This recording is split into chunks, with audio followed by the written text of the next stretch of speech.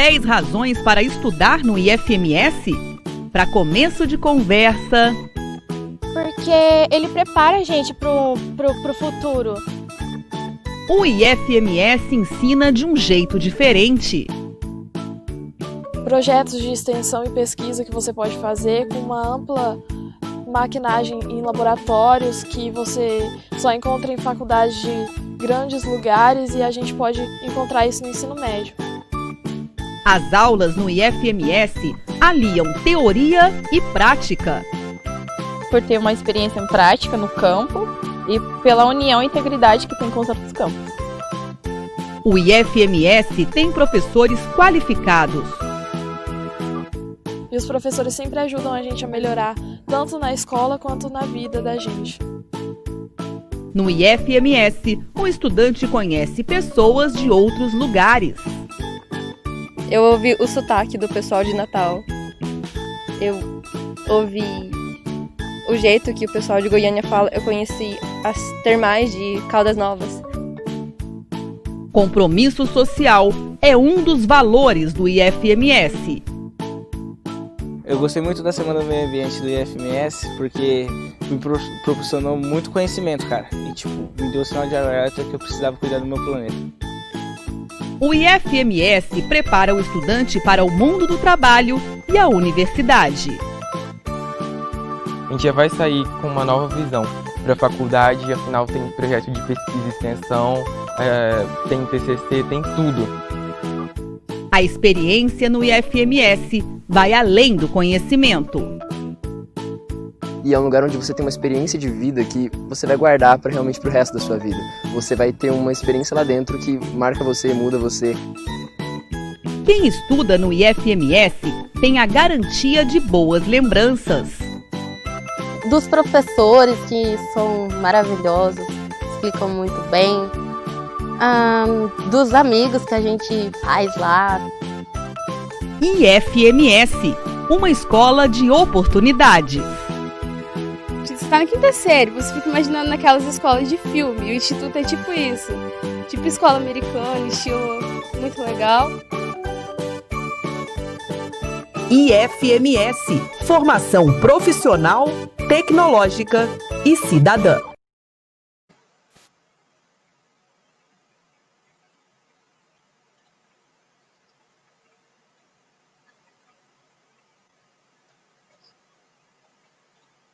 Ok. Podemos começar?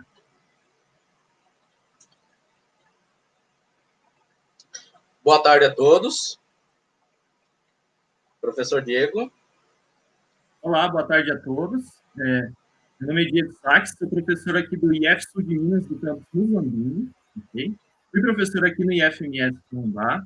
E hoje a gente vai estar dando continuidade ao evento do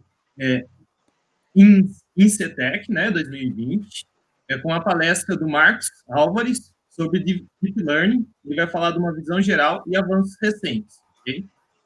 O professor é do Departamento de Computação e Estatística de Rhode Island, dos Estados Unidos. A palestra dele tem tempo estimado de duração de 1h30, incluindo as perguntas, e a gente vai estar respondendo essas perguntas no final. Ok? Professor, na hora que você quiser começar, fique à vontade, tá? Antes de mais nada, obrigado aí, Jean, pelo convite, obrigado pelo pessoal do IFMS, tenho um grande carinho aí pela instituição, tá? E vou estar ajudando aqui na discussão das perguntas, principalmente porque é minha área de atuação também, né? Na área de inteligência artificial, ok? Obrigado e pode iniciar. Tá certo, obrigado, Diego. Boa tarde a todos. Primeiramente, eu gostaria de agradecer ao Jean pelo convite. Para mim é um prazer estar aqui compartilhando um pouco da minha experiência ou do trabalho que a gente desenvolve aqui nos Estados Unidos. Jean foi meu companheiro de aula. A gente fez computação na Federal de Mato Grosso do Sul.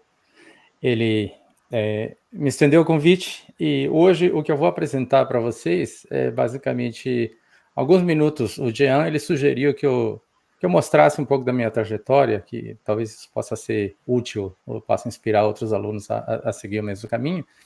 E a segunda parte da apresentação seria mais relacionada a Deep Learning, ou aprendizado profundo, traduzindo a português.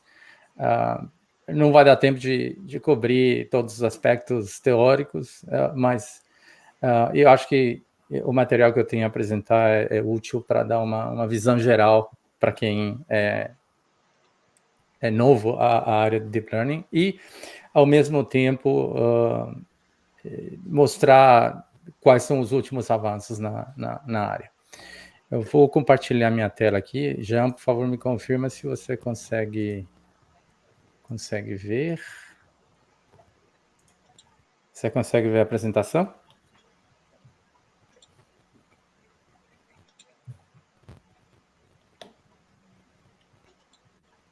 Jean? Ou Diego, ou quem for? Sim. Agora sim. Ótimo. Então tá.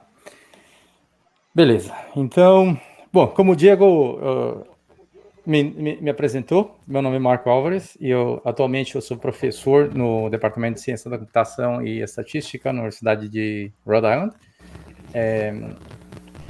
A minha trajetória começa em 1992. Eu fiz bacharelado em Ciência da Computação na Universidade Federal de Mato Grosso. Jean, tem um ruído, não sei se você pode dar um mudo aí. Beleza. Vamos desligar os microfones, pessoal, deixar o microfone ativo somente quando for usar, pode ser? Ótimo, beleza. Não, então, eu fiz bacharelado em Ciência da Computação na UFMS, em Campo Grande. Foram 5 anos, praticamente, de estudos. E, bom, eu fiz praticamente as mesmas coisas que vocês fazem na graduação, que é a gente tem um foco nas aulas, nas disciplinas. Eu tive a oportunidade de fazer 2 estágios, principalmente porque eu não sabia o que eu ia fazer no futuro, eu não tinha ideia de que eu ia virar professor, eu não tinha ideia do que era investigação ou pesquisa. O meu propósito simplesmente era me formar e trabalhar e ganhar dinheiro. E nesse interim, eu trabalhei no Banco do Brasil, trabalhava à noite, junto com alguns colegas também da faculdade. Foi uma época bem interessante, porque o trabalho era bem simples, era um trabalho de digitador, mas eu fazia mesmo para poder ganhar um pouquinho mais de experiência e aprender algumas coisas. Eu me envolvia muito em trabalhos de bancos de dados para pequenas empresas, ou fazer algum sisteminha aqui, um sisteminha por ali, mas para poder ganhar experiência mesmo. Eu acho que o importante dessa etapa minha foi que eu tive a oportunidade de fazer um estágio, de trabalhar nesses projetinhos pequenos. Com um professor que chegou no departamento quando eu estava no 3º ano, eu tive minha primeira experiência de pesquisa mesmo. A gente fez um trabalho de computação gráfica e acho que esses 4 componentes me ajudaram a poder decidir o que fazer nos próximos passos. Um elemento chave que eu acho que é importante, eu fui numa palestra do professor André, veio da USP, ele veio falar de redes neurais. Foi um momento chave para mim, porque aí eu falei, olha, existe alguma coisa super interessante que vai além do que eu estou aprendendo aqui na sala de aula, né? Então, aquilo despertou meu interesse na pesquisa e eu decidi que eu queria seguir esse caminho e me embarquei no mestrado. O mestrado eu consegui ser aceito justamente com o mesmo professor, André, e foi na Universidade de São Paulo, no campus de São Carlos. O mestrado foi basicamente 2 anos e meio. No mestrado a gente faz menos cursos, né, que a graduação, e tem muito mais envolvimento com pesquisa, estudar problemas um pouco mais complexos, e tive a oportunidade também de ser monitor em algumas aulas, então ajudava um professor a coordenar o laboratório, esse tipo de coisas. E foram 2 anos interessantes. Eu acho que desses 2 anos do mestrado eu tive certeza que eu estava no caminho certo, que eu gostava mesmo disso. Quase no final do mestrado eu recebi uma ligação de Campo Grande, através de colegas, onde fui convidado a dar aula na UCDB, na Universidade Católica Dom Bosco, e lá eu passei basicamente 6 anos trabalhando como professor. Nesse período, eu consegui obter uma base bem sólida em ciência da computação. Cheguei a ser coordenador do curso por alguns anos também, e obtive uma experiência administrativa também, como parte do trabalho. E através de 2 colegas que chegaram no curso, e eu fui bastante motivado a seguir um doutorado no exterior. Sabe, essas conversas de corredor, tomar um cafezinho aqui ou ali. O Milton, o professor que eu estou me referindo aqui, ele tinha acabado de chegar em Campo Grande com um doutorado na Itália, e eu falei, poxa, me conta a sua história, me conta como é que você fez para chegar lá, quais foram os passos que você seguiu e como foi sua vida lá, né? Então, todo esse tipo de conversas foram alimentando em mim o desejo de ir para o exterior e seguir estudos, de publicar uma tese em outra língua e etc. Então, para mim, esse foi um momento bem fundamental, bem chave dentro desse meu estágio na Católica Dom Bosco. A partir daí, eu me preparei, né, e consegui ser aceito na Universidade do Estado de Utah para estudar um doutorado. Eu tive mais ou menos 1 ano de preparação antes de poder ir lá, para poder enviar minha aplicação, meus documentos, e lá eu estive 6 anos, basicamente. No doutorado que a gente faz, leva alguns cursos de um nível um pouco mais avançado que os cursos do mestrado. Eu tive uma exposição maior à aprendizagem de máquina, que é o campo no qual eu me desenvolvo hoje.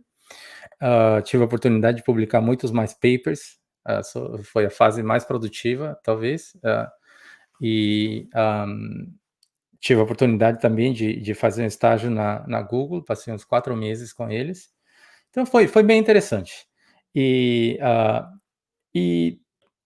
dentro do meu doutorado, em um dos eventos, conheci o professor Cavazos, que trabalhava na época na área de pesquisa que hoje eu desenvolvo, e ele me convidou.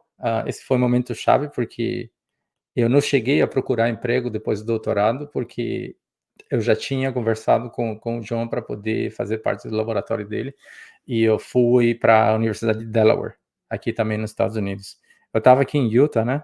Daí a bolinha foi para o outro lado do continente, onde fica esse estado.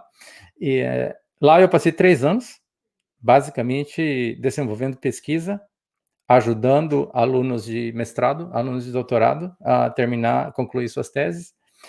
E eu tive a oportunidade de dar 2 cursos, 2 disciplinas, e aprendi a escrever propostas de pesquisa, viajei bastante, tive a oportunidade de fazer networking com outras pessoas, e junto com o John, a gente trabalhou no desenvolvimento de um startup, que basicamente foi ele quem levou adiante, porque eu já tinha claro que eu queria ser professor. Então, ao final desses 3 anos, eu comecei a me preparar para poder ser professor em alguma universidade aqui nos Estados Unidos, e eu consegui chegar no estado de Rhode Island, onde já estou aqui basicamente 5 anos. As atividades que eu tenho como professor são basicamente desenvolver pesquisa, disciplinas, obviamente, as matérias que eu tenho que dar todo semestre, 2 somente, e me envolver com serviço, basicamente, né? Contribuo com algumas tarefas administrativas do departamento, estamos constantemente organizando eventos, ou tratando de chegar em mais pessoas, trazer mais estudantes de graduação, de pós para o nosso departamento. E basicamente eu posso dizer que eu tenho eu sou bastante satisfeito com as coisas com o caminho que eu tenho seguido até o momento, e realmente é isso que eu queria, né? Eu acho que uma ideia geral para todo mundo seria que quando eu estava aqui, eu não tinha a menor ideia de que eu queria chegar aqui. Isso foi se construindo através do tempo por duas coisas. Uma, para cada passo que eu dava, eu sempre estava muito bem preparado, porque antes de entrar no mestrado, eu tive que me preparar.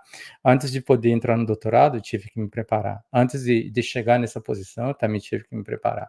Mas, ao mesmo tempo, houveram elementos-chave que me ajudaram a decidir qual caminho seguir.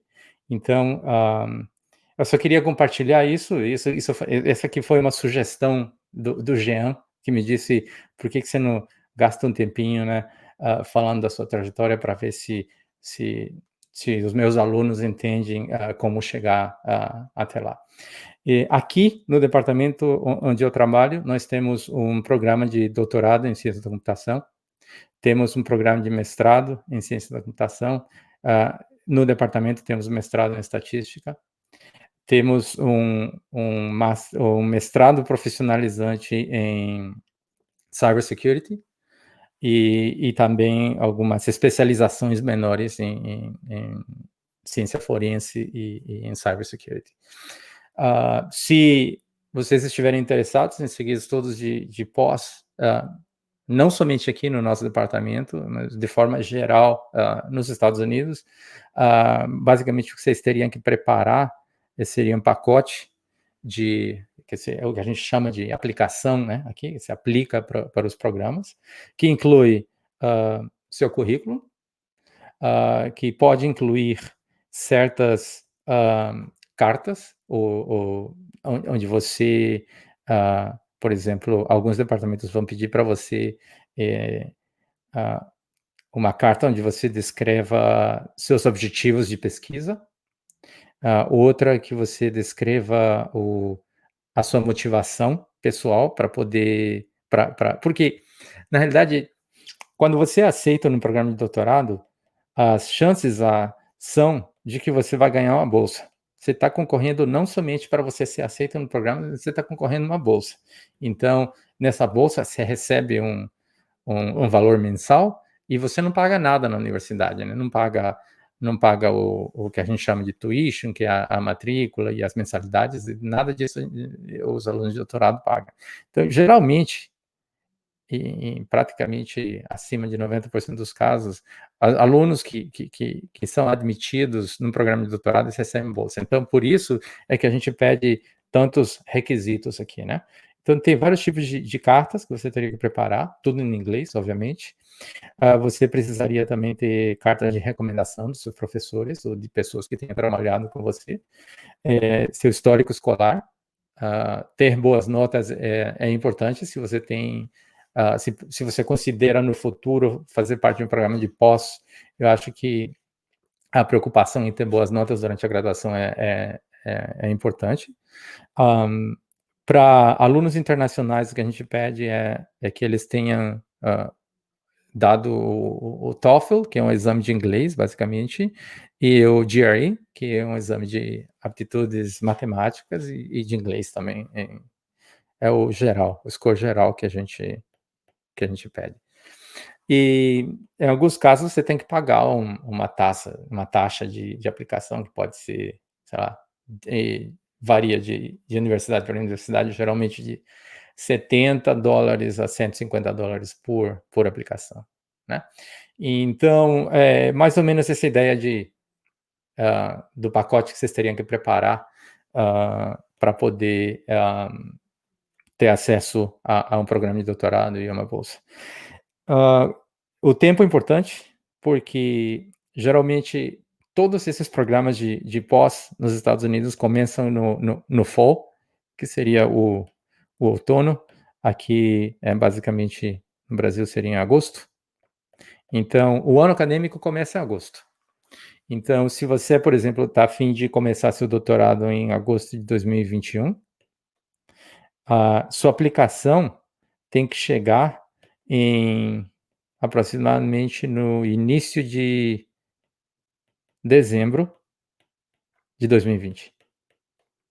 Que aí dá tempo da gente avaliar, né, e decidir se vai ter uma bolsa ou não, e dá tempo de vocês também, dos alunos aceitos, os internacionais principalmente, de trabalharem no visto e em toda essa burocracia que faz parte aí de você se mudar de um país para o outro.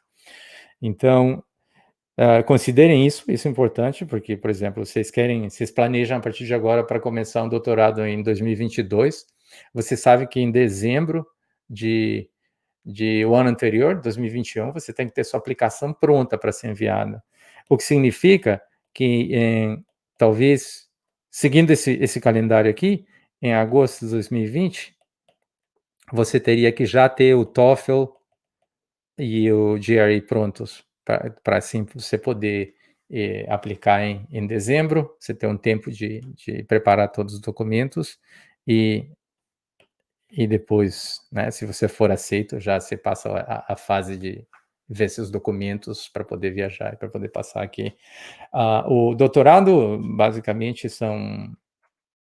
eu demorei 6 anos, mais ou menos, mas pode ser 5, pode ser 4,5, pode ser 4, pode ser mais, depende do seu projeto, depende do seu orientador e de uma série de fatores. Mas é um longo período. Doutorado realmente é um período de 4 a 6 anos. Você precisa passar por todas as etapas? Talvez não. Hoje em dia, por exemplo, você pode ter um aluno que tem a graduação, da graduação vai para o mestrado, do mestrado para o doutorado e pronto, acabou a carreira acadêmica ali, você não precisa nem de pós-doutorado. Ou você pode fazer a graduação e daí pular diretamente para o doutorado. Nós temos recebido alguns alunos que são aceitos diretamente da graduação e entram no doutorado, e daí eles já viram professores em algumas universidades. Então, o caminho que eu segui é único, vocês podem seguir um caminho diferente. O mestrado realmente não é uma necessidade absoluta para você chegar num doutorado. Agora, é recomendável, porque, por exemplo, se você não sabe realmente se o doutorado que você quer, porque é um compromisso de 5 anos, você pode fazer um mestrado simplesmente para tentar ver se você realmente gosta, né, de pesquisa ou desse tipo de trabalho.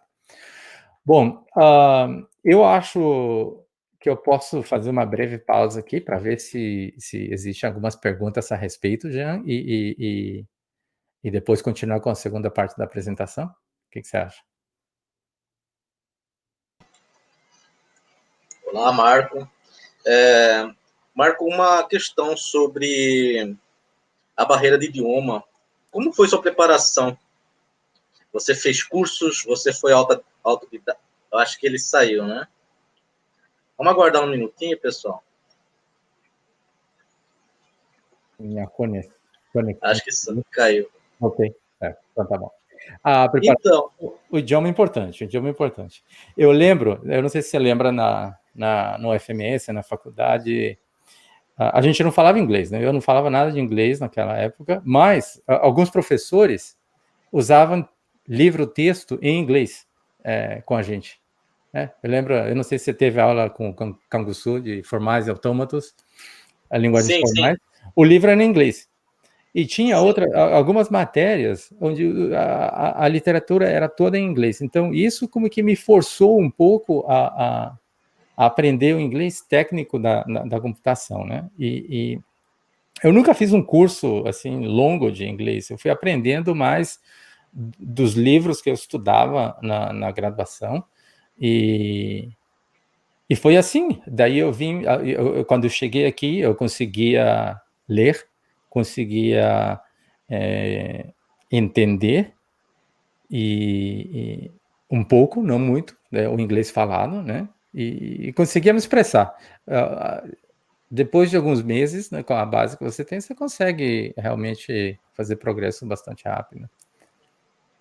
O inglês é importante. Eu acho que hoje em dia é até mais fácil, né? Porque as pessoas no mundo estão mais expostas ao inglês que quando a gente estava naquela época. Hoje Não você entra fale, no YouTube. não fale a época. Não, já falei, as datas estão na apresentação.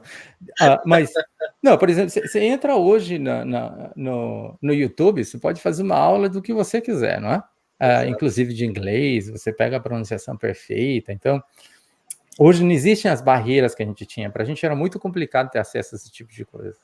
Hoje é bem mais simples. Mas o inglês é fundamental, né?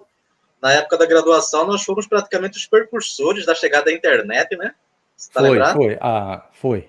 Lá na Federal. Lembra daquelas estações que tinha bitnets? Foi em 93. 93 ou 94 difícil, né, que chegou a internet na Federal. O acesso Já à existia. informação era bem difícil.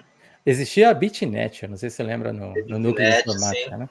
Mas depois a gente virou um ponto de internet também. Foi o primeiro no estado. Legal.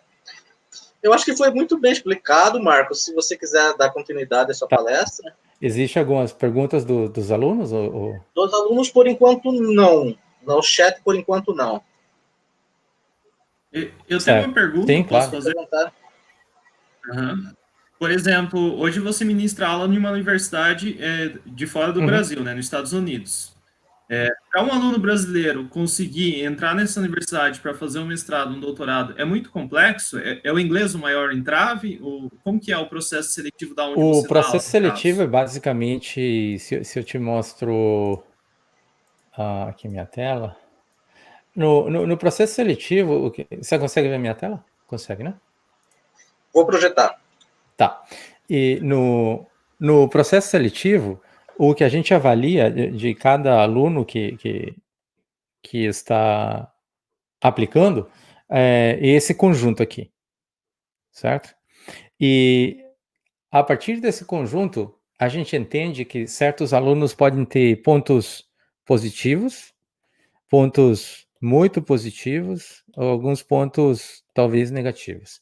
Então, no caso do inglês, para alunos do exterior, se os outros, por exemplo, aqui, as cartas de recomendação, o currículo, se os outros pontos da aplicação são bons, a gente não dá muita relevância a esses scores, desde que estejam dentro do mínimo, não? Por exemplo, tem que ser maior ou igual a algum score mínimo. A gente dá certa importância para o TOEFL porque a habilidade com inglês permite que a gente possa dar uma bolsa e o aluno vira um teaching assistant, que seria que ele vai ter que interagir nas aulas, ajudando outros alunos, vai ser um assistente do professor.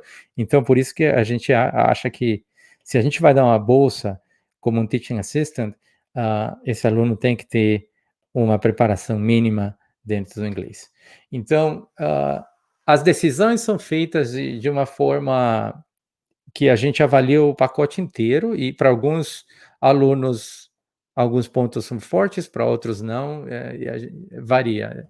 A gente tem um comitê de seleção, de mais ou menos 6 professores, que todo mundo dá uma olhada nas aplicações e seleciona os melhores. Certo. Ali no currículo da pessoa, questão científica ajuda, né? Porque acho que tem bastante aluno assistindo, né? E quando eu tive no IFMS, aqui também no IF Sul de Minas, é uma questão que eu cobro bastante dos alunos, eles participarem de iniciações científicas, né? Sim, ajuda muito, com certeza.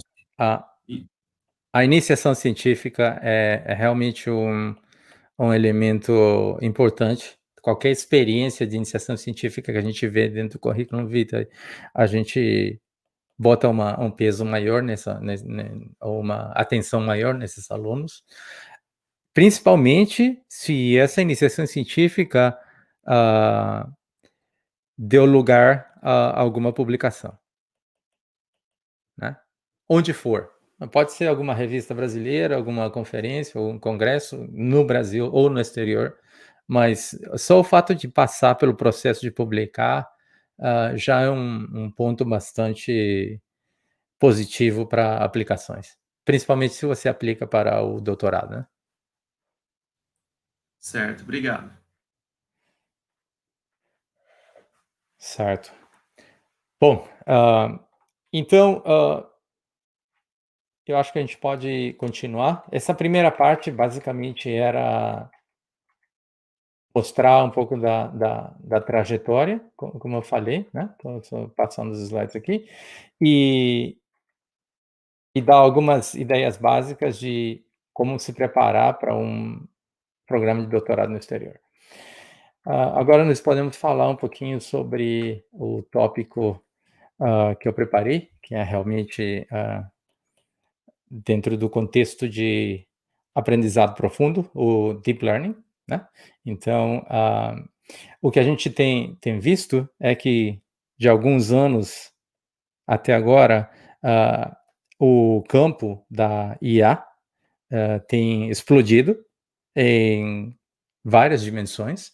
O pessoal da NVIDIA, por exemplo, a NVIDIA é a empresa que fabrica GPUs, eles chamam esse fenômeno de Big Bang, né? Porque é uma confluência de 3 fatores hoje, que é a facilidade que a gente tem de gerar dados, todos os tipos de dados, imagens, áudio, texto, dados históricos gerados por celulares, sensores, e coisa que nunca antes foi vista, né? Então, hoje a gente tem capacidade de gerar, armazenar e processar essas grandes quantidades de dados. Ao mesmo tempo, dentro do que é a arquitetura de computadores, a gente, além dos computadores, a gente tem outro tipo de arquiteturas que permitem que a gente possa processar essas grandes quantidades de dados, por exemplo, as GPUs ou outras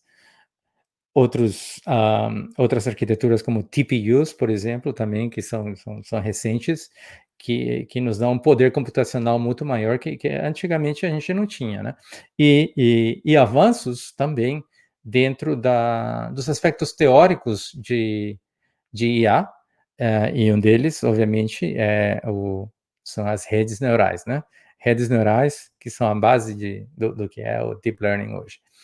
Então, a confluência desses 3 elementos, isso não é de agora, isso já vem de vários anos, tem transformado o mundo, né? E existe pesquisa, existe desenvolvimento na indústria de tecnologia, existem startups que estão nascendo nas mais diversas áreas e praticamente todas as empresas, sejam da computação ou não, estão criando departamentos de IA ou departamentos de ciência de dados dentro das empresas, né? Aí no Brasil, vocês têm, eu acho que o Bradesco, que tem um departamento bem grande de ciência de dados dentro deles, é um banco, né? Mas ele está fazendo IA, e onde não é só desenvolvimento, mas também certamente eles fazem um pouco de pesquisa também. Então, realmente é uma revolução no mundo. Esses slides são de 2017 e estamos falando de basicamente 5 bilhões de dólares em investimentos somente de empresas. Coisa que deve ter se multiplicado certamente até agora. Dentro do entendimento da terminologia, isso aqui pode parecer evidente, mas para muita gente não é. Por exemplo, a gente costuma usar inteligência artificial é um termo. Aí você escuta de redes neurais, vamos botar as siglas em português, redes neurais artificiais, ou você escuta falar de ciência dos dados, ou você escuta falar de mineração de dados, ou descoberta de conhecimento em dados. Então, existem vários termos e seria bom a gente contextualizá-los e entender qual a relação de um com o outro, né? Os mais importantes, os que são mais prevalentes hoje, são a definição de IA, a definição de aprendizado de máquina e a definição de Deep Learning. Esses 3 termos, eles não são equivalentes entre si, né? IA é um campo bem grande e o aprendizado de máquina não necessariamente completamente incluso dentro de IA, mas a maior parte de aprendizado de máquina é realmente dentro do que a gente conhece como IA. E Deep Learning é basicamente uma especialização, né, de técnicas de aprendizagem de máquina. Então, não é verdade que eles sejam iguais, né? Você pode pensar que um está incluído no outro. E em relação ao tempo, né, a IA, técnicas de IA, vêm sendo estudadas desde os mais de meio século atrás, né? E Deep Learning é uma tecnologia que tem sido conhecida e prevalente nos últimos 10 anos, basicamente. Tá?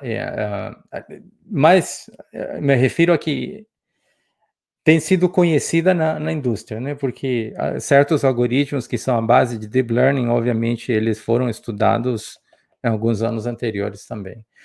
Deep Learning não é mais do que redes neurais. Okay? Eu colocaria aqui uma camada aqui de Neural Networks. Então, vocês podem pensar, o que é Deep Learning?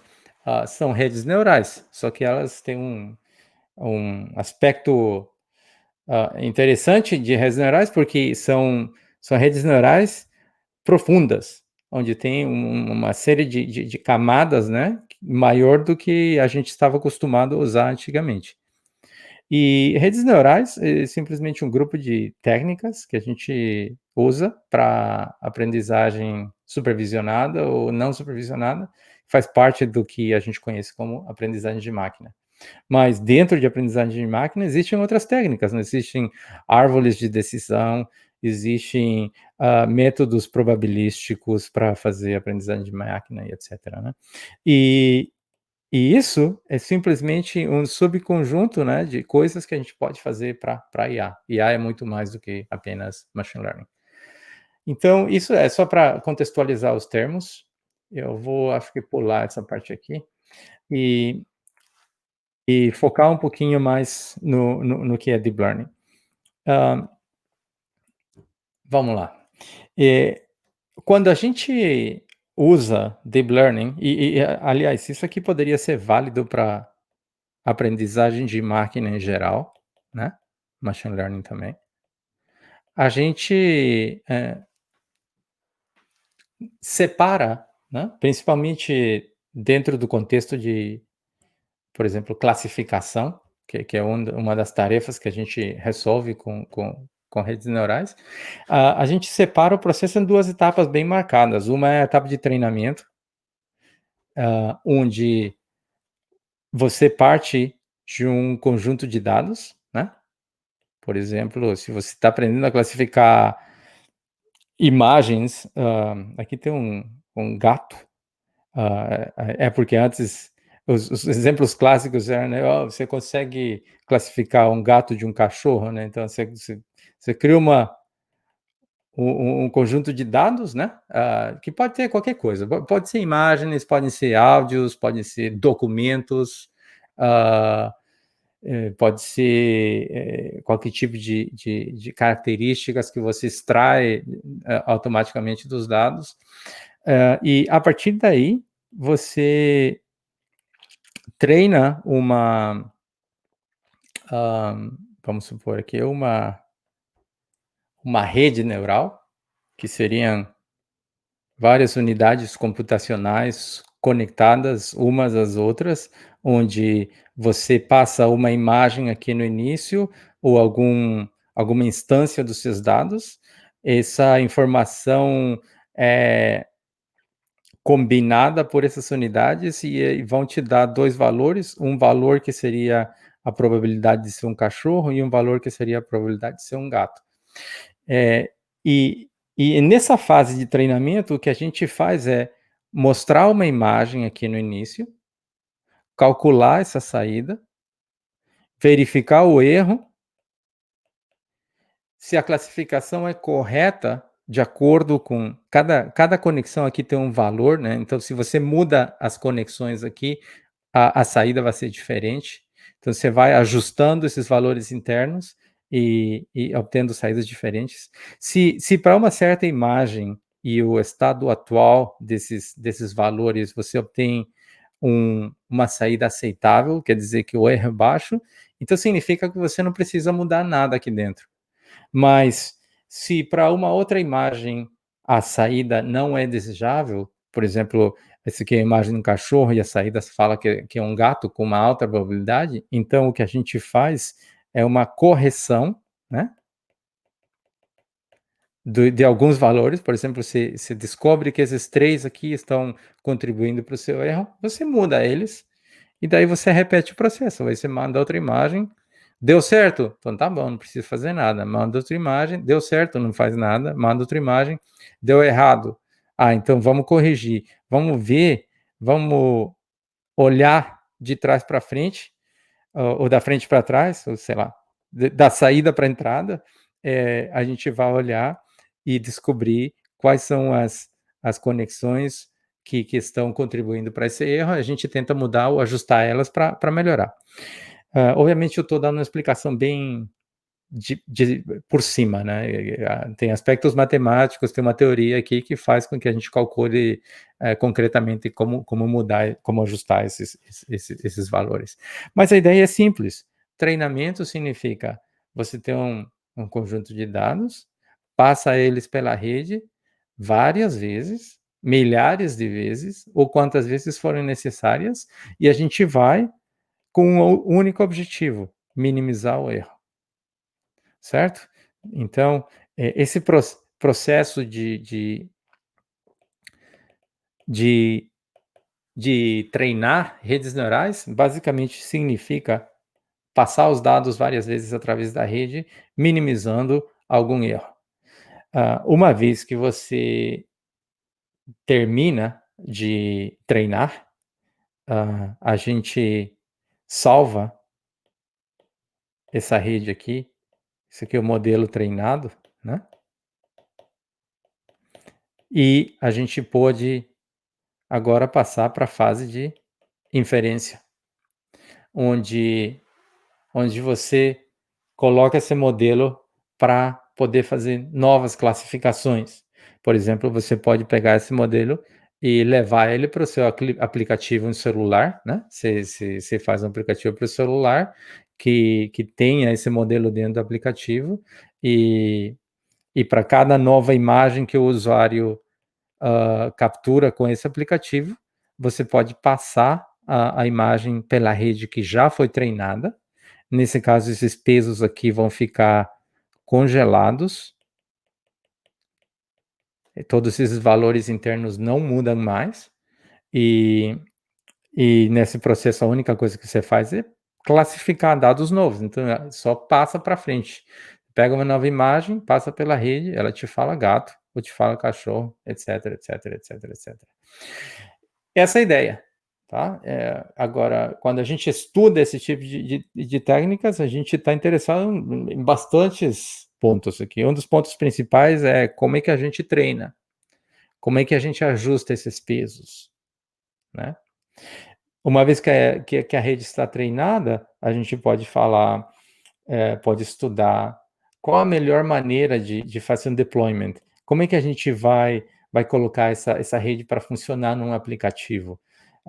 Porque geral, um dos problemas de aprendizagem profunda, ou deep learning, é que o tamanho, né, da rede pode ser muito grande, né? Então, será que existe alguma forma de comprimir, né, ou compactar essa rede em uma arquitetura que funcione da mesma forma, né, mas que seja mais eficiente no uso de memória ou no uso do processador. Bom, existem outros aspectos também, a gente pode passar a tarde toda discutindo, mas eu acho que o importante para quem não tem até o momento uma ideia boa de o que é Deep Learning, eu acho que um ponto inicial seria ver que a gente tem essas duas fases aqui bem marcadas, que seria uma de treinamento e a outra seria de inferência ou teste. Agora, quando a gente fala sobre essa rede aqui, é muito comum representar isso aqui por W ou uma matriz de pesos. Então, ou podem ser várias matrizes, né? Pode ser W1, W2, W3 e só. Mas a ideia é que esse conhecimento guardado nessa rede aqui é basicamente números. É uma matriz de números, não é diferente. E classificar um novo, aqui eu vou dar um detalhe, um exemplo melhor. Classificar, por exemplo, uma nova imagem pode ser simplesmente multiplicar a matriz de pesos, uma multiplicação de matrizes, igual que vocês estudaram em álgebra linear, multiplicar essa matriz pelos pesos. Ou se você tiver várias camadas, você multiplica várias matrizes pela entrada para a rede ou pela imagem de entrada. Tá? Então, Deep Learning é simplesmente descobrir quais são os valores dessa matriz de números, de forma que você possa produzir uma saída. Aqui eu tenho um exemplo, por exemplo, vamos supor que você tenha 3 imagens aqui, e que você tenha treinado uma rede neural que é representada por essa matriz W. Então, você pega essa imagem, pode ser um vetor ou uma matriz, depende da sua representação interna. Você multiplica essa imagem por essa matriz e a saída vai ser um vetor de valores. Aqui, por exemplo, nesse exemplo, cada valor corresponde a uma de 10 diferentes classes, né? Então, no exemplo anterior, era classificar imagens entre gato e cachorro. Nesse exemplo aqui, nós temos 10 classes. Então, você pode classificar uma imagem num avião, num carro, num veículo, né? Um pássaro, um gato, etc. E quando você obtém esses valores, né, são as 10 saídas da rede, você foca no maior, que seria o mais alto aqui, esse aqui é o mais alto, mas você sabe que a classe correta deveria ser um gato, porque você sabe que isso aqui é um gato, então você pode realmente calcular o erro, né? Então você pode falar, você errou, e você sabe a margem de erro, né? Porque você estava esperando que o maior valor fosse o associado com o gato, mas nesse caso a rede errou. Então a gente tem que achar um outro conjunto de valores para essa matriz de pesos, quer dizer, um outro modelo, né? Então, da mesma forma, você pode passar uma outra imagem, como o carro, você multiplica essa imagem por esses pesos aqui, obtém a saída. Nesse caso, o valor mais alto é aqui, e é uma predição correta. Então, isso aqui tá bem. Aqui teve um erro. Da mesma forma, você faz com essa outra imagem, multiplica pelos pesos, obtém a saída. A sua saída aqui deveria ser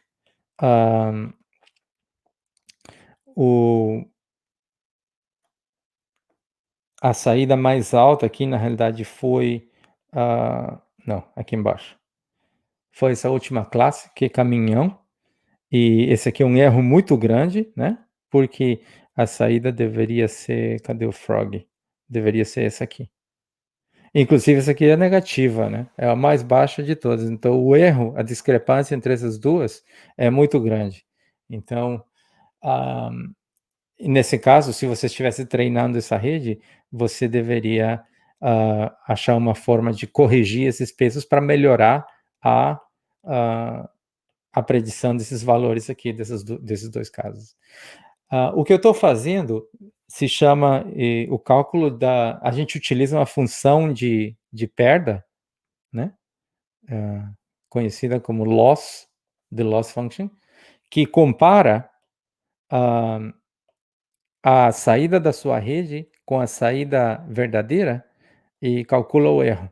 Essa função pode ser tem vários tipos de funções de perda, né? Para cada tipo de rede você pode mudar essa função de perda aqui, mas de ideia geral e que essa função de perda, o loss, ela vai te falar quais das saídas foram boas e quais não foram boas, e você pode usar essa informação para poder corrigir os seus pesos.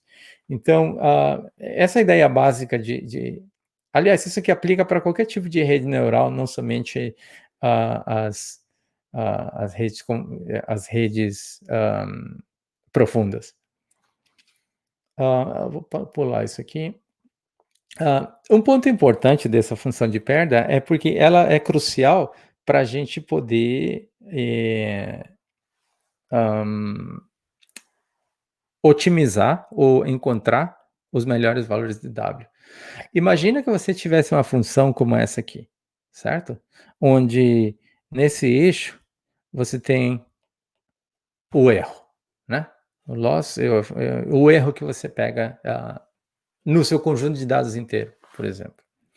E imagina que cada ponto aqui, né? Por exemplo, esse ponto aqui, ele tem um erro de, sei lá, 1.98, e aqui embaixo é uma combinação de valores de todas as dimensões que estão ali. Basicamente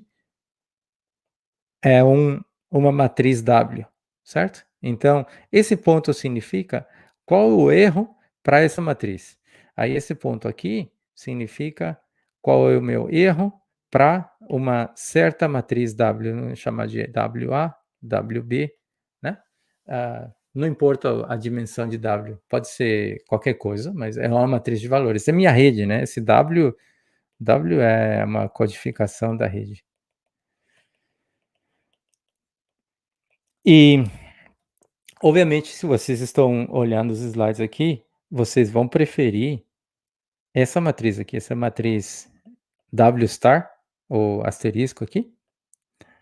Por que eu prefiro ela? Porque ela me oferece o menor erro possível, certo? Então, o processo de treinar uma rede neural é simplesmente como achar essa matriz. E a gente usa uma técnica chamada de gradient descent, que é a técnica do gradiente descendente, que significa, em poucas palavras, começa em qualquer lugar, aleatoriamente, por exemplo aqui, verifica o erro, calcula o gradiente, o gradiente dessa função, né? Cálculo de múltiplas variáveis, e caminha no sentido oposto ao gradiente. É que o gradiente ele está sempre apontando para onde a função aumenta, né? Então, se você vai no sentido oposto, então se você seguir esse caminho, chances são de que você vai chegar no mínimo da função. Principalmente se sua função é bonitinha, igual essa aqui, que é toda convexa, né? Que ela, de qualquer ponto que você começar, se você seguir o gradiente, você chega no mínimo global, né? Essa é a base de qualquer rede neural, das que a gente conhece hoje, né? Então, isso... obviamente que essa função de perda aqui, loss, essa função de erro, ela pode não ser tão bonita igual essa aqui, pode ser um pouquinho mais complexa, e aí o método do gradiente descendente é um pouquinho mais, é um pouco mais difícil de aplicar, né? Porque, por exemplo, se você começar aqui, se você seguir o gradiente, você pode parar nesse ponto aqui. Mas se você tivesse começado, por exemplo, aqui, talvez você vai parar nesse mínimo aqui. Ou se você começar aqui, você fosse parar lá dentro. Então, dependendo de onde você começa, você pode chegar a lugares diferentes na função e encontrar o mínimo global é mais complicado, né? Então, existem técnicas para você mudar certos parâmetros dessa caminhada aqui. Você pode dar passos maiores e para poder pular por esses lugares assim de mínimos locais. E Isso faz parte, né, de otimização, e a gente estuda bastante isso para poder treinar redes que sejam melhores. Aqui é uma ideia do que é um gradiente de uma função. Se vocês levaram cálculo 3, basicamente vocês podem lembrar isso. Ok, então, o que a gente fez até agora? Eu falei sobre treinamento, eu falei sobre inferência.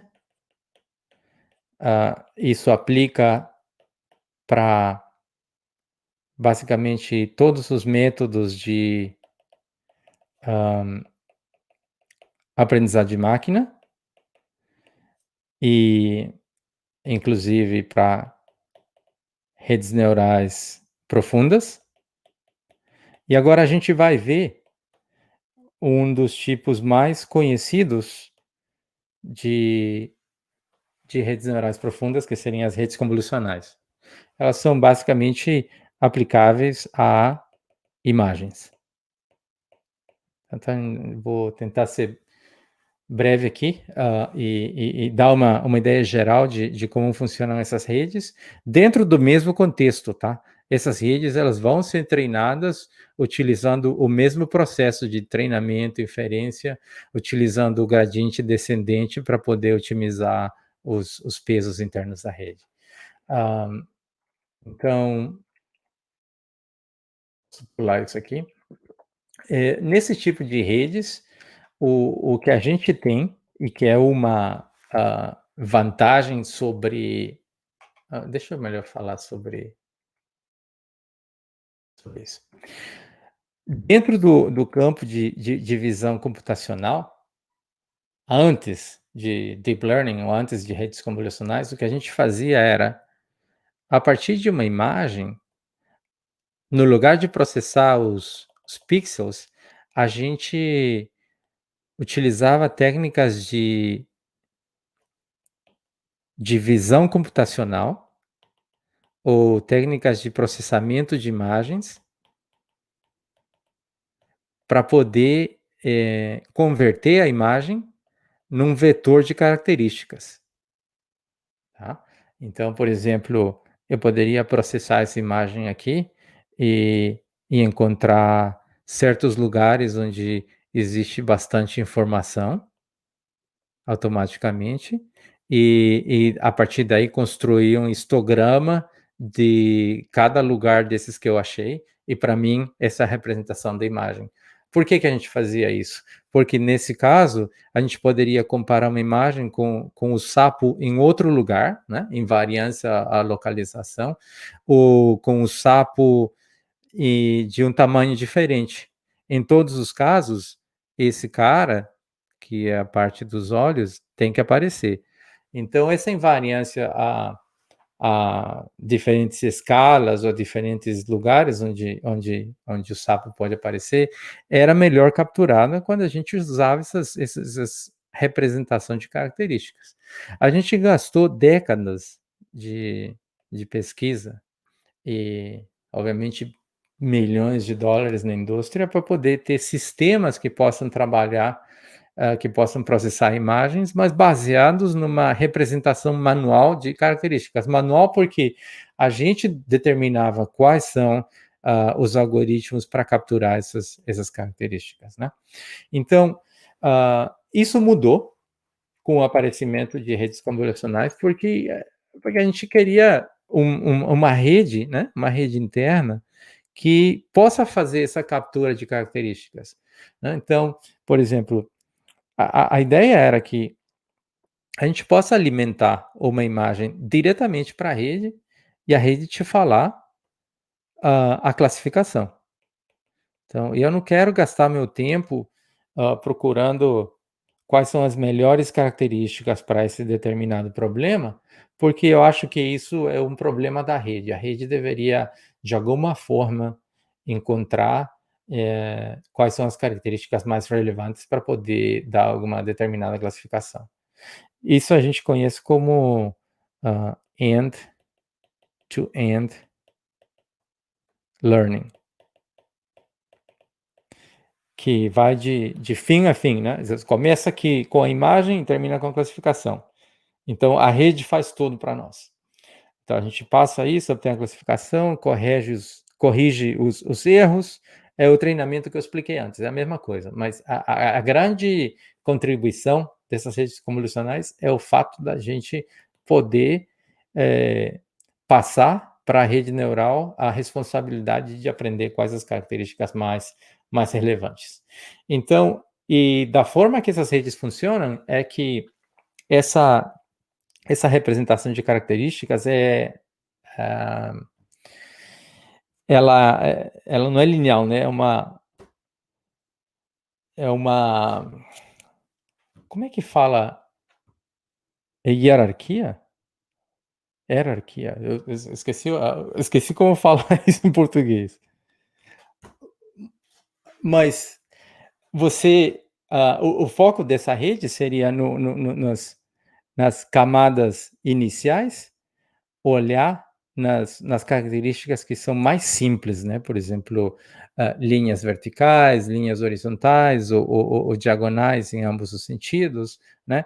Já uma camada posterior, aqui, por exemplo, estaria combinando, não? Por exemplo, aqui, essa camada, esse neurônio aqui, ele pode estar aprendendo a detectar o óleo da mulher, mas esse óleo é uma combinação, por exemplo, de uma linha aqui, de uma outra linha ali e uma outra linha ali. Então, cada característica numa camada, ela pode ser uma combinação de características de camadas anteriores. Aí, por exemplo, tem um rosto que é um certo tipo, então isso pode ser uma combinação de uma boca de um certo estilo, de um nariz de um certo estilo, e etc., né? E, por sua vez, isso aqui é uma combinação de outras pequenas coisas.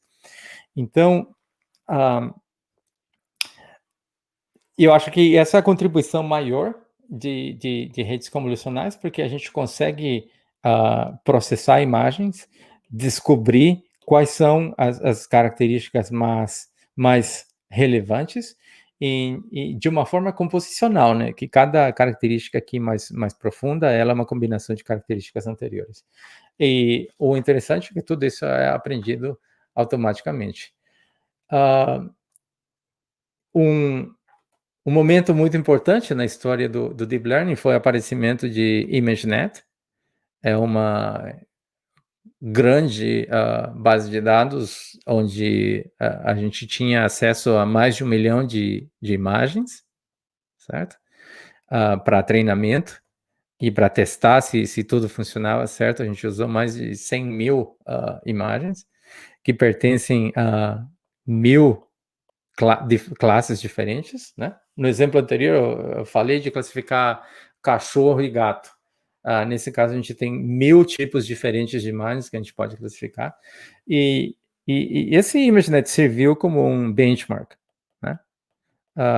Um benchmark que a gente usa para poder descobrir melhores e melhores e melhores algoritmos, né? Então, vocês podem ver que desde 2010 até 2017, o erro foi diminuindo, né? Então, a gente foi capaz de reduzir o erro drasticamente, até um ponto hoje que uma rede neural treinada em ImageNet consegue resolver o problema melhor que o ser humano.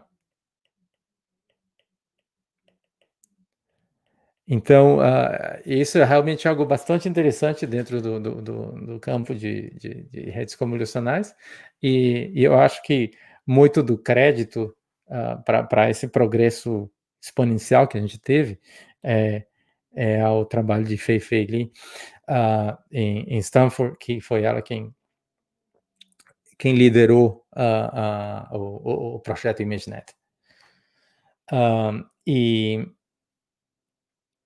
E essa aqui é a mesma curva que eu mostrei aqui, né? Essa curva vermelha, o erro diminuindo através do tempo. E você pode observar também que essa mesma diminuição do erro, né, ao longo do tempo, cada ano a gente tinha um paper que ganhava o desafio ImageNet com uma técnica melhor e melhor e melhor. ela veio acompanhada de uma característica interessante. Em 2010, a rede que foi usada aqui, o mecanismo que foi usado foi raso. Provavelmente nem era uma rede neural, talvez era um algoritmo de machine learning bem simples. Daí, em 2012, a gente pega AlexNet, que é a primeira rede convolucional, que tinha 8 camadas. Daí a gente foi 8, 19, 22, 152, 152, 152. Então, mais de 150 camadas para uma rede só. E a gente viu essa correlação entre aumentar o número de camadas, diminui o erro. E isso é uma grande observação para a comunidade de Deep Learning. E hoje a gente tem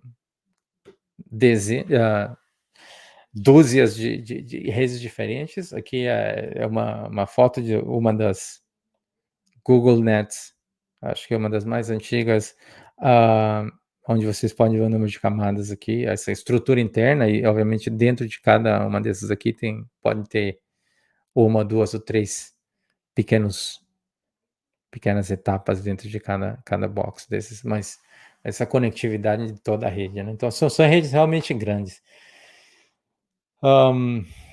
E aqui são exemplos de vários tipos de redes convolucionais, AlexNet, GoogleNet, ResNet, tem vários tipos de ResNets, Inception da Google, tem alguns tipos diferentes de Inception. Todas elas estão ordenadas nesse gráfico aqui de menor a maior em termos de acurácia ou performance. Então, essas daqui são melhores. E esse gráfico aqui mostra as mesmas redes. Nesse eixo você vê também a acurácia, mas aqui você vê o custo computacional, né? Por exemplo, essa rede aqui, ela tem 70% de acurácia, mas tem um custo computacional muito alto comparado com essa daqui, por exemplo, a AlexNet, ela tem um custo menor. Aqui o custo é dado em quantidade de operações, né, por segundo. E em termos de memória, o tamanho da rede aqui, né, o tamanho desse círculo é proporcional ao tamanho que a rede ocupa em memória. Então, por exemplo, você vê que VGG ela é muito grande e ela leva muito tempo para poder fazer uma previsão, mas tem uma acurácia aceitável, né, 70%. Esse Inception aqui ela é bem melhor, né, nesse sentido, porque ela consegue uma acurácia de 80%, ela é bem menor que a VGG e ela é muito mais eficiente que a VGG.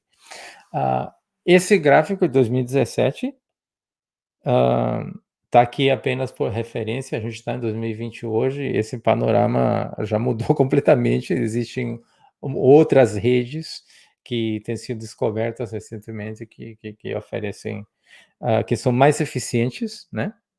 E que mantém altos níveis de acurácia. Até o momento, eu tenho falado de classificação. Por exemplo, você tem uma rede aqui, você bota uma imagem, essa aqui é sua rede de Deep Learning, passa uma imagem pela rede e você recupera um vetor de valores, né? Por exemplo, nesse caso tem 5 valores, um para cada classe, aí você pega o valor que seja maior e essa é a sua predição, né? Você pode ter, sei lá, pássaro, cachorro, gato, sapo, se está classificando animais, aquele valor que for maior é a sua classificação. Isso a gente chama de classificação, tá? Você pega uma imagem e você classifica em algum número de certas categorias. Mas a gente pode fazer outras coisas, a gente pode fazer segmentação. Por exemplo, você pega uma imagem de entrada e automaticamente você segmenta ela em algumas regiões que sejam coerentes, né? Ou você pode fazer detecção de objetos, né? Por exemplo, nessa daqui, esse quadrado azul detectou um cachorro, O vermelho está detectando alguns gatos de diferentes tamanhos e diferentes tipos. Você tem um pato aqui no meio. E você pode fazer também calcular automaticamente a descrição da imagem. Por exemplo, você pega uma imagem como essas e a rede neural pode te dizer em inglês ou em português, se você treinar em português, uma descrição. Então, a rede vai gerar uma descrição do que se encontra na imagem. Então, a mensagem aqui é que nem tudo é classificação, tá? Existem outras tarefas dentro de Deep Learning que a gente pode resolver, como são segmentação, detecção ou gerar esses pequenos resumos automaticamente. Uma das aplicações diretas, por exemplo, de fazer segmentação de imagens é dentro do contexto de veículos autônomos, né? Por exemplo, imagina você está dirigindo um carro, ou que um computador está dirigindo seu carro. Aí você tem diversas câmeras, sensores e um monte de dispositivos capturando, né, dados do exterior. Internamente você pode ter uma rede neural que está processando essas imagens em tempo real e gerando um mapa de segmentação da imagem que você vê, né? Então aqui você pode ver essa área aqui é asfalto, essa área aqui são árvores, essa área aqui são carros, né? Então tem bastante ruído aqui nessa imagem, porque hoje em dia eu acho que você consegue obter melhores. Mas a ideia é que um veículo autônomo ele pode usar essa informação da segmentação combinada com outras informações para tomar decisões, né? O veículo autônomo ele tem que decidir se você vai acelerar, se você vai frear, se você vai virar para a esquerda, vai virar para a direita, etc. Vai ter que saber como dirigir, né? E para isso é necessário ter informação relevante que possa ser processada computacionalmente, né? Então, isso corresponde a redes convolucionais, tá? Então, rapidamente eu passei uma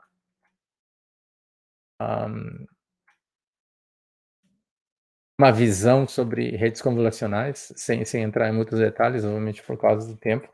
E agora, vamos ver outro tipo de redes, que são as tais de redes recorrentes, né? A ideia é a seguinte, né? Que, por exemplo, você tem uma frase, né? E você pode, sei lá, se você usa uma rede neural como entrada fixa, será que eu posso olhar para essas duas palavras e predizir ou prever qual que é a próxima, né? Aprender a dizer automaticamente como completar a frase, tipo, eu escondo isso aqui da rede e a rede me diz, a próxima palavra, o mais provável é que seja igual. É o que acontece quando você entra no Google, né? Você começa a digitar uma frase e o Google já vai completando para você automaticamente, então a ideia seria essa. Se a gente fosse olhar somente em duas, é um pouquinho complicado, né? Porque você não tem contexto suficiente como para adivinhar que a próxima palavra é igual. Bom, talvez você pode olhar em 3, talvez você possa olhar em 4, ou em 5, ou em 6. Então, essa ideia de ter uma janela fixa não é muito boa. Por quê? Porque para certos contextos, se você olhar 2 ou 3 antes, é suficiente. Se você olhar 6 antes, é suficiente. Se você olhar mais, talvez seja suficiente. Então, a gente precisa de uma rede que seja mais flexível e que eu possa, dependendo do contexto, olhar mais para trás na minha sequência para poder fazer isso, né? Por exemplo, se eu tiver acesso a todas essas palavras, então é muito mais fácil, né? Poder fazer uma previsão de qual seria a próxima palavra, né? Autocompletar essa frase. Então, a gente precisa... E essa é a base de redes recorrentes, né? Porque a gente gostaria de ter um modelo que permita analisar sequências de tamanhos diferentes, que a gente possa lembrar de dependências que sejam distantes, né? Por exemplo, talvez existe uma associação forte entre manhã e caminhar, né? Se isso aqui fosse madrugada, talvez o verbo aqui seria diferente, né? Então essa dependência é interessante. A ordem das palavras, né, que aparecem aqui é importante também, né? Que a ordem que elas apareceram contribui para determinar qual que é a próxima palavra.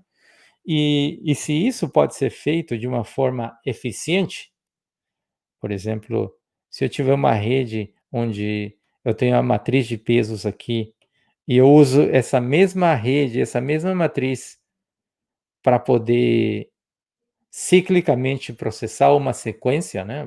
Posso, por exemplo, enfio uma palavra aqui, a primeira, this, calculo alguma coisa, enfio a segunda, morning, calculo a próxima, I, calculo a próxima, took, my cat, for a, e quando processei a última, eu posso emitir uma saída que seria walk, que seria a minha predição, né? Então, essa aqui é uma forma de entender como elas funcionam. E a ideia é que esse W aqui são os parâmetros que são compartilhados, porque para todas as palavras que eu alimentei minha rede, eu uso a mesma matriz. Então, essa é uma rede neural recorrente, né? E o uso dela e quando você vai estudar elas, você vê pela internet essa expansão, você tem a impressão de que são várias camadas, mas ela é somente isso aqui. O que acontece é que a gente usa esses gráficos para entender de que existe um efeito cíclico aqui, né? Então, isso aqui é só para explicar o conceito, mas na realidade é cíclico. Então, você processa a sequência e dá uma saída. Processa outra sequência, dá uma saída. Processa, dá uma saída e assim por diante. E com redes recorrentes, você pode fazer, por exemplo, no exemplo que eu dei, era autocompletar a próxima palavra, mas você pode fazer análise de sentimento, por exemplo, você vai no Twitter, aí você quer classificar seus Twitters como sendo positivos ou negativos, né? Se eles falam bem ou se eles falam mal da sua empresa, por exemplo, você está analisando reviews e você quer saber qual a porcentagem dos que gostam da sua empresa e quais não gostam da sua empresa. Você vai fazer uma classificação de sentimento. Você pode ter uma rede recorrente que dá uma olhada na primeira, segunda, terceira, quarta, quinta e sexta palavra do seu tweet e no final te fala se é positivo ou negativo. A gente fala de many to one, que seria uma sequência inteira para classificar um. Aí você pode ser criativo, né? Por exemplo, você pode fazer sua entrada é uma imagem, uma foto. E daí você usa rede recorrente para emitir uma palavra depois da outra, que seria a descrição do que está na foto. Ou você pode fazer tradução, né? Você vem com uma sequência de palavras em francês e a saída é uma sequência de palavras em português, né? Ou você pode fazer classificação de vídeos, né? Você pega um vídeo, você tem um frame, né? Um frame do vídeo e você classifica ele em alguma coisa. Né? Você tem outro vídeo, você classifica, não, outro frame e outro frame e outro frame. Então você vai classificando todos os tipos de frames que estão dentro do seu vídeo. Então, tem várias formas de utilizar redes recorrentes. Uma das mais relevantes é a tradução, que a gente chama de machine translation. Eu acho que Google, eles têm investido bastante nessas tecnologias. Né? Então, a ideia é que você pega um codificador, né? A entrada é francês, você dá uma olhada numa palavra, calcula a próxima, calcula a próxima, calcula a próxima, e isso vai gerar um estado aqui no meio, que seria o estado,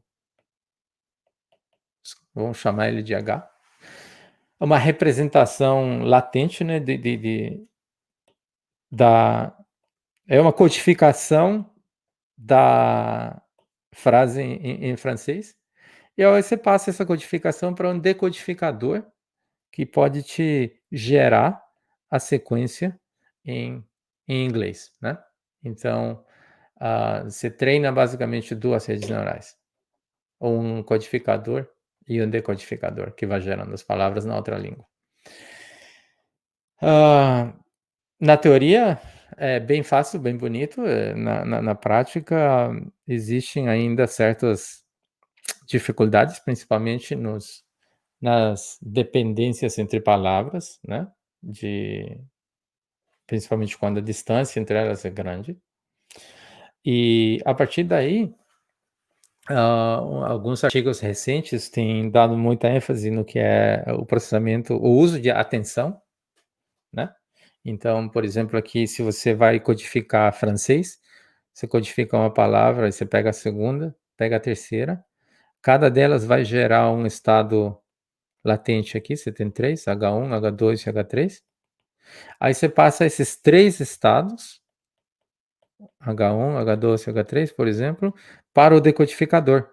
O decodificador, ele vai ter um mecanismo de atenção que ele vai saber te dizer que uma dessas 3, né, por exemplo, ele pode aprender que essa palavra aqui tem um peso maior, essa aqui tem um peso menor, e essa aqui tem um peso ainda menor. Então, ele vai pôr mais atenção na primeira palavra para poder fazer eu estou falando bem abstratamente, tá? Mas é só para vocês pegarem ideia de como é que esse decodificador com atenção essa primeira palavra vai ser decodificada de acordo com certos pesos dados às palavras de entrada. Então, isso que a gente conhece como utilizar atenção. Isso aqui tem sido realmente um grande passo na área de processamento de linguagem natural. E praticamente todo mundo está usando atenção em redes neurais. E também, recentemente, foram criadas redes que a gente chama de transformers, que vão fazer basicamente a mesma coisa com atenção, mas eliminam completamente a necessidade de usar redes recorrentes. Se vocês têm interesse nisso, seria bom dar uma olhada em redes de transformers. E eu acho que eu finalizo com essa última técnica aqui de redes que fazem um modelamento, não sei se generativo seria a palavra certa em português, mas a ideia disso aqui são redes adversárias, são redes que vão permitir que a gente possa aprender uma distribuição, né? Por exemplo, a gente começa olhando uma população de instâncias, e a partir dessa população de instâncias a gente infere uma distribuição de probabilidade. E uma vez que você conhece a distribuição de probabilidade, você pode gerar samples, né? Obviamente, você vai gerar mais exemplos parecidos com esses daqui, porque é a probabilidade maior, né? Eventualmente você gera um daqui, mas a maioria vão ser gerados aqui. Mas essa é a ideia de você modelar uma distribuição de probabilidade. Um exemplo real, por exemplo, desse tipo de redes imagina que os seus dados sejam fotos de pessoas. Você modela, vamos supor que você tenha milhões de fotos que você pegou do Facebook ou de algum lugar, os profile pictures. Daí você pega e treina uma GAN, uma rede dessas aqui,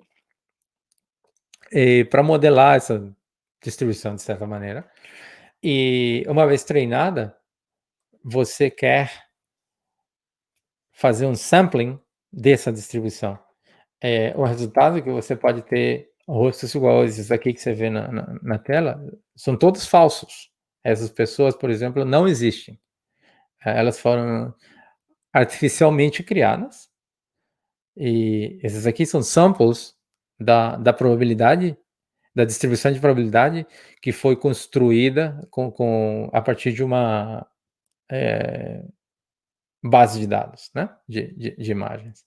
Então, certamente, Aqui você pode observar combinações de coisas que foram encontradas no conjunto de treinamento, mas se você olhar, você pode enganar qualquer pessoa, né? Porque é muito difícil. Você tem que prestar muita atenção para você poder perceber que são imagens que não são reais. E do jeito que essas redes funcionam é bastante interessante. Não, e eu vou explicar isso e eu vou terminar por aqui, que a gente já está chegando perto do final da apresentação. Como é que elas funcionam? Você tem duas redes, uma que a gente chama de gerador e o discriminador. O trabalho do gerador é a partir de um vetor de valores aleatórios, vamos chamar isso aqui de ruído, você gera imagens que são falsas, tá? E aqui você não dá nem para ver que elas são boas imagens, porque no início, quando você está começando o treinamento, o gerador ele não tem conhecimento algum da base de dados, né? Ele não vê nenhum tipo de imagem real. Esse cara é uma rede que não vê imagens reais, simplesmente vê ruído. Ele vai ajustando os parâmetros internos.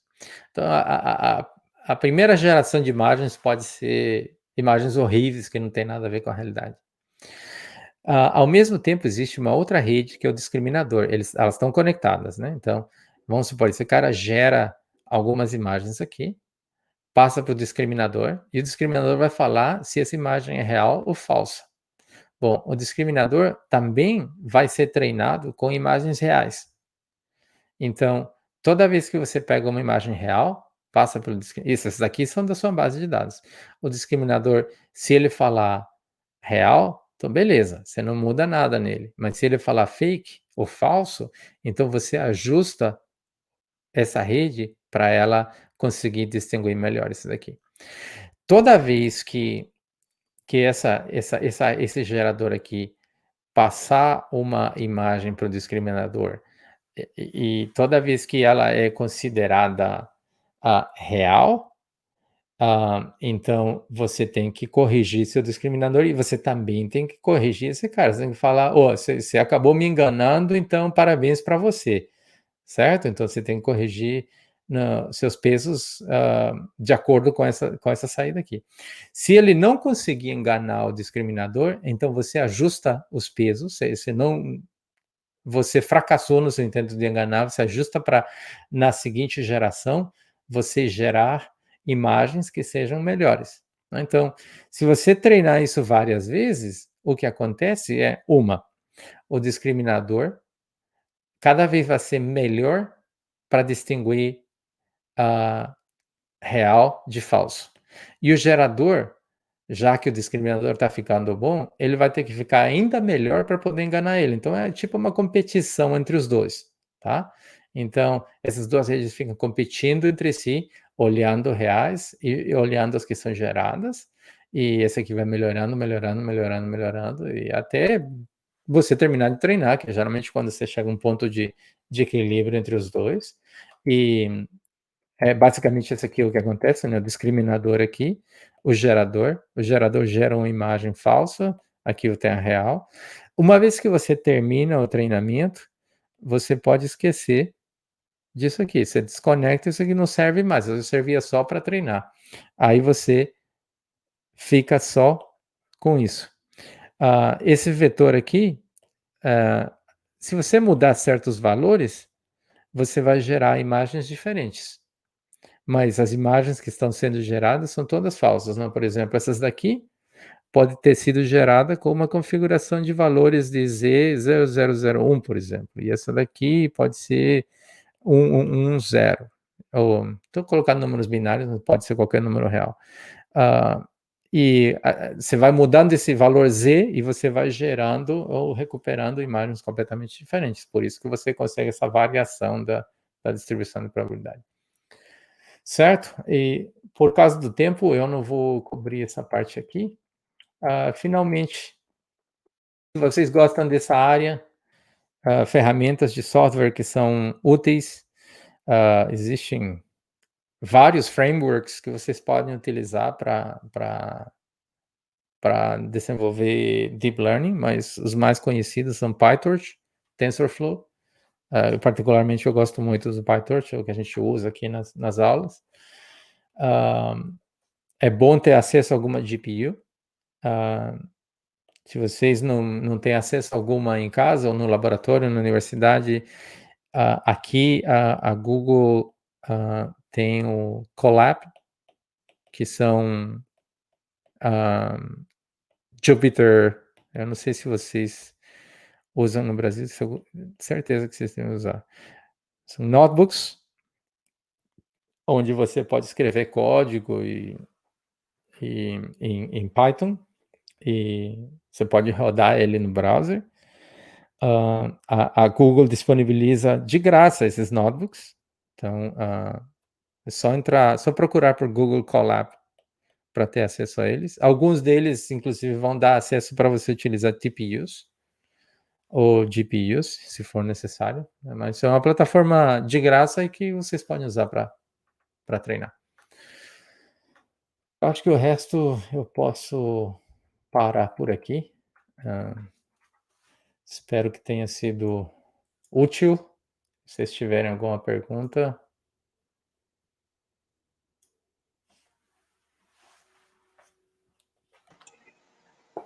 Excelente palestra, Marco.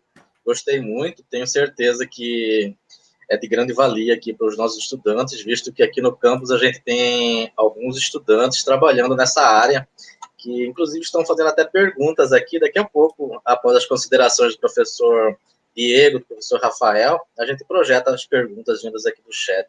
Muito obrigado, Marcos, pela apresentação. Certo. Professores?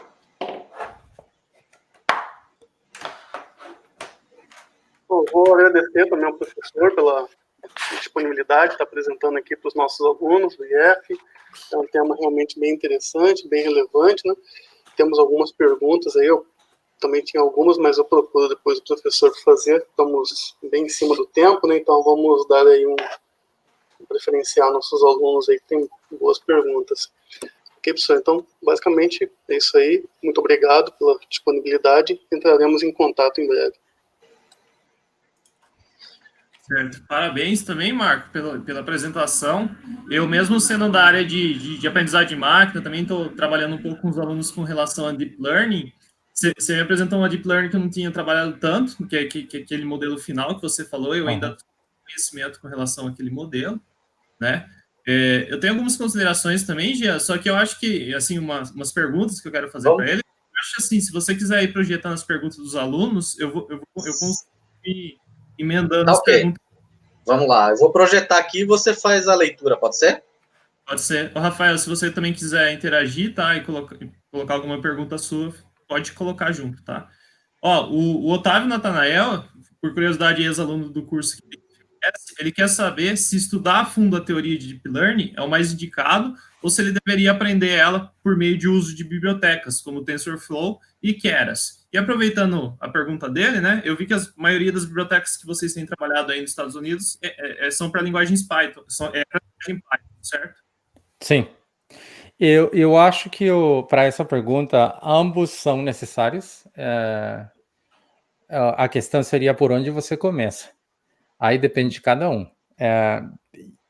Tem muito aluno meu que prefere começar pelo mais fácil, que seria, vamos lá direto no assunto. Eu quero ver como é que funciona. Eu quero usar o Keras, quero treinar uma rede, e eu quero ver resultados, e é bastante motivador, né? Porque o Keras é muito fácil, né? Então, Python, na realidade, é bem fácil, né? Igual falar inglês. Né? Então, você vai colocar nos seus comandos e você consegue ver resultados na hora. Então, eu acho que seria uma recomendação boa de você começar por aí, né? Ter o domínio de como é que as coisas funcionam, quais são os componentes principais, mas eu não deixaria de olhar para a teoria. A teoria é importante. A teoria te indica, te dá esse conhecimento para você tomar decisões corretas na hora do treinamento.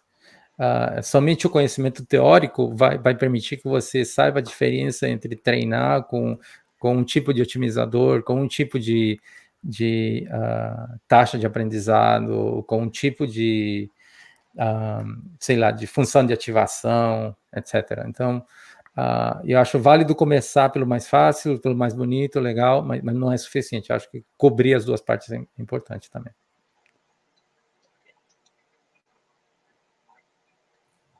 Certo, a gente tem uma próxima pergunta, é do William, né? Ele quer saber em relação a outras técnicas de aprendizado de máquina. A Deep Learning geralmente é a mais pesada computacionalmente.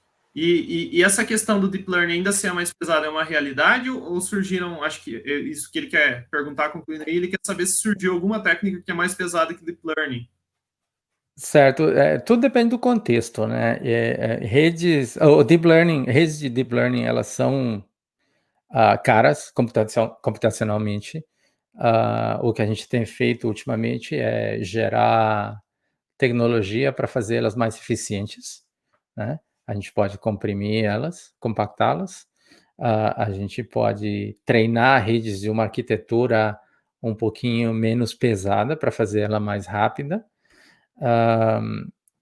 Muitas vezes, se você, por exemplo, ultimamente tem saído bastantes estudos em algoritmos de pruning, que é poda, que é basicamente, você treinou uma rede gigante, e agora, o que você acha se a gente começa a tirar ou remover neurônios ou conexões da rede, aleatoriamente, a gente vai monitorando a acurácia, né? E você vai tirando essas conexões, igual ao seu cérebro, você vai matando neurônios ao longo da vida, né? Mas você continua funcionando, tá? É a mesma ideia. Então, você vai tirando essas conexões, esses neurônios, e até um ponto que você não consiga aceitar mais, né? Aceitar mais essa diminuição na acurácia. Então, existem várias técnicas que permitem que a gente consiga levar para a prática modelos um pouco mais eficientes. Ainda acho que existe bastante caminho a estudar aí pela frente. É uma das dimensões de Deep Learning que faz parte da pesquisa hoje. Mas tudo depende do contexto, né? Por exemplo, você pode tentar rodar sua rede num celular, mas vai que você trabalha num laboratório federal de pesquisas onde você tem acesso a um supercomputador, a um cluster, né? Então já deixa de ser tão importante uma rede super eficiente, né? Então tudo depende do contexto no qual você vai aplicar.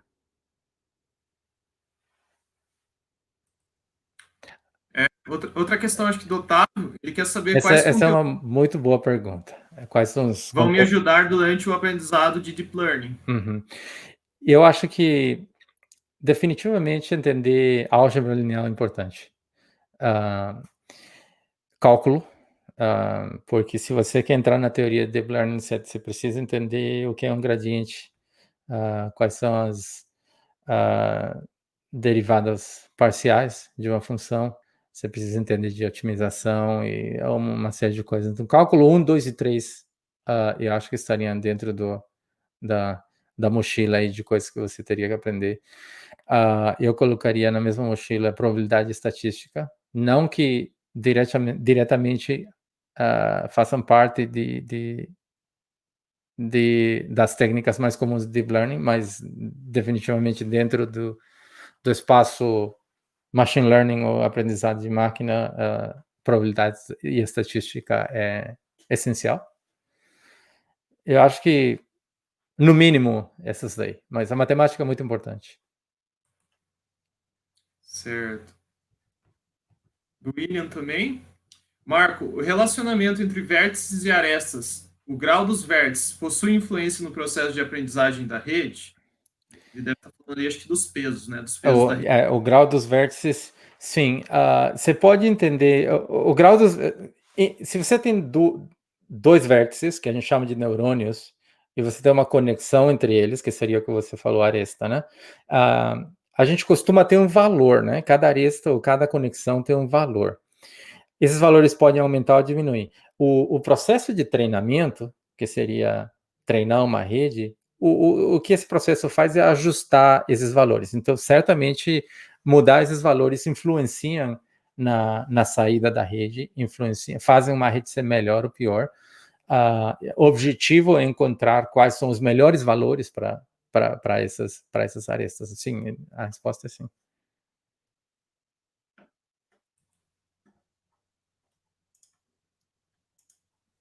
Acho que seu microfone tá fechado, Gia. Acabaram-se as perguntas do chat.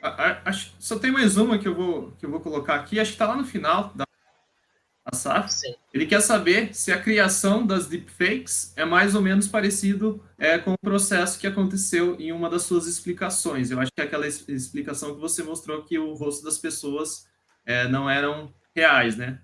Sim. Muitas dessas deepfakes, elas são criadas com redes neurais que são similares à rede que eu apresentei, ou algumas variações dela, sim. Eu acho que agora realmente acabaram as perguntas dos alunos. Você quer fazer alguma, Rafael? Sim, eu fiquei curioso ali quando o professor comentou lá da técnica do gradiente e quando você tem uma situação, uma estrutura ali que não é suficiente, né? Como que a gente sai desse embaraço? Qual tipo de técnica que a gente consegue utilizar para talvez chegar ali no ponto, uma solução ótima? Existem algumas técnicas que a gente tem estudado, por exemplo, você pode mudar a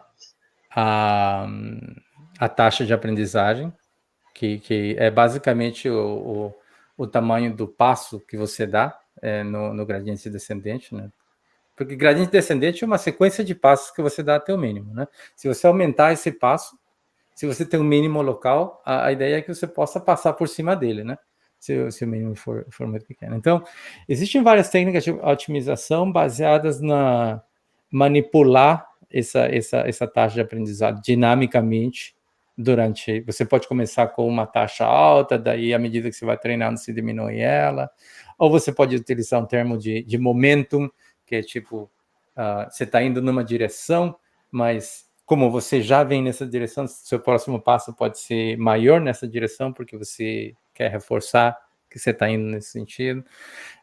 Então, eu acho que você pode mudar, toda vez que você treina uma rede neural, você pode escolher exatamente qual tipo de otimização você está aplicando, né? Por exemplo, Adam, ou tem algumas outras com Nesterov, Momentum, esse tipo de coisas. Então, existem, sim, formas de sair. Agora, tem estudos que mostram que essa função de erro, ela pode ser praticamente plana, com pequenas... Quer dizer, não existem mínimos locais, mas não existe aquele mínimo global perfeito. Ela é plana com buracos, então qualquer mínimo local é praticamente um mínimo global.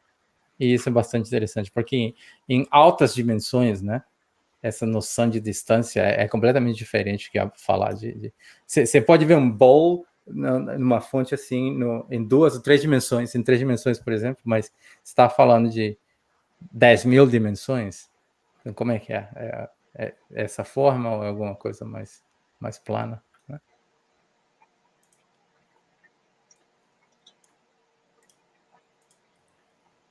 Tem uma última pergunta aqui, acho que é do Otávio.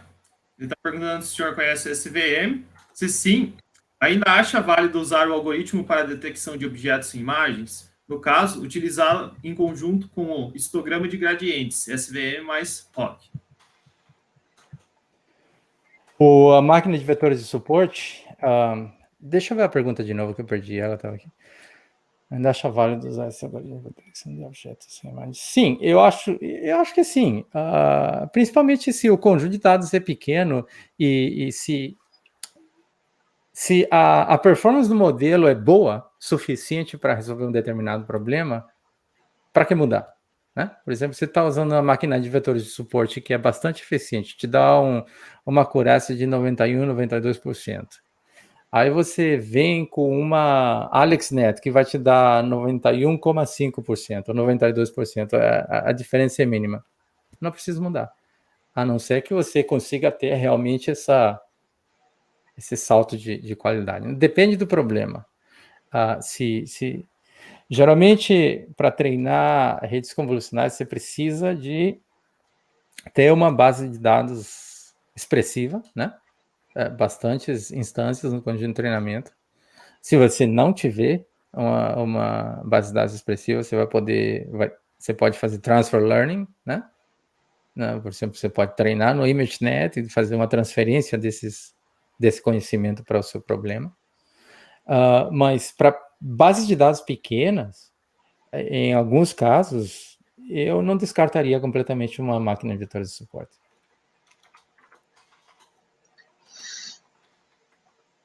Agora sim, encerraram-se as perguntas, Diego. Isso. Deixa eu aproveitar e fazer uma pergunta que os alunos aqui em Minas Gerais, onde eu estou dando aula, né, no curso de Ciência da Computação, e aqui o pessoal tem a disciplina de aprendizagem de máquina. E aí em Corumbá, né, o curso de análise e desenvolvimento de sistemas, e às vezes eles têm uma disciplina de tópicos, e eventualmente o professor que está aí, ele pode tratar do assunto de aprendizagem de máquina, se ele estiver disponível. Aí, uma dúvida que sempre surge com relação, né, da parte dos alunos, é com relação ao mercado, né? Aqui no Brasil, a gente tem um surgimento grande, acho que recentemente, da parte de inteligência artificial, tanto que a Semana de Ciência e Tecnologia está vindo por meio dessa expansão, né? É o tema da Semana de Ciência e Tecnologia desse ano. E também, eu recebi uma informação hoje que aqui no Brasil existem aquelas Olimpíadas de Matemática, Olimpíadas de Computação. Agora parece que a partir do ano que vem, Olimpíada de Inteligência Artificial. Ou seja, uma grande expansão aí da área. Como está aí o mercado dessa parte de inteligência artificial, aprendizagem de máquina, deep learning nos Estados Unidos? Tem muita oportunidade de emprego para alunos recém-formados? Sim, com certeza. Hoje em dia, praticamente todas as empresas estão, desde as maiores, as gigantes, até as pequenas empresas, elas têm um interesse muito grande, porque elas estão gerando dados em todas as áreas de conhecimento, né? Você pega uma empresa que se dedica à pecuária, gera dados. Tem uma empresa que se dedica à agricultura, gera dados também. Tem drones voando, tirando fotos, tem sensores nos rios, tem dados por tudo quanto é lugar, né? Você vai numa empresa de seguros. O outro dia veio um cara dessas empresas de seguros procurando alunos porque eles têm bastante informação, né? E eles querem calcular os prêmios automaticamente, utilizando a IA ou fazer uma, sei lá, classificação de clientes. Você vê nos hospitais, mesma coisa. Você vê pessoal de direito que querem processar documentos com IA, ou achar informação mais rápido, de maneira mais eficiente, ou mais relevante, utilizando técnicas de análise semântica. Então, a gente passou de uma fase onde somente as empresas de cunho tecnológico procuravam pessoas da computação para todo mundo procurar pessoas da computação. Qualquer tipo de empresa hoje procura pessoas da computação. Então,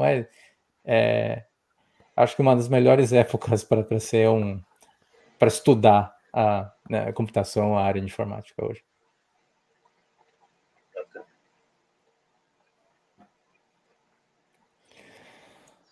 Bom, creio que as perguntas se encerraram-se e também a gente já está com o tempo adiantado. Professor Marco, agradeço de coração, tá, pela participação. Nossos alunos adoraram pelas conversas aqui no chat. O pessoal está elogiando muito sua palestra. Muito boa, excelente mesmo. Gostaria de agradecer aos professores Françoso, professor Saki, pela mediação também. Tá? Muito obrigado. Agradeço também em nome da nossa instituição, em nome do nosso Instituto Federal, Campus Corumbá. Muito obrigado. Jean, obrigado a vocês. Obrigado mesmo. Disponha de qualquer evento futuro. Estou à disposição. Rafael, Diego, um prazer conhecê-los. Bom te ver, Jean. Eu vejo. Saudações. Então tá bom, um abraço. Prazer, Marco. Prazer. Obrigado aí dos ensinamentos também. Até mais. Tá ok. Valeu, pessoal. Tchau. Tchau, tchau, pessoal. Tchau, tchau, tchau.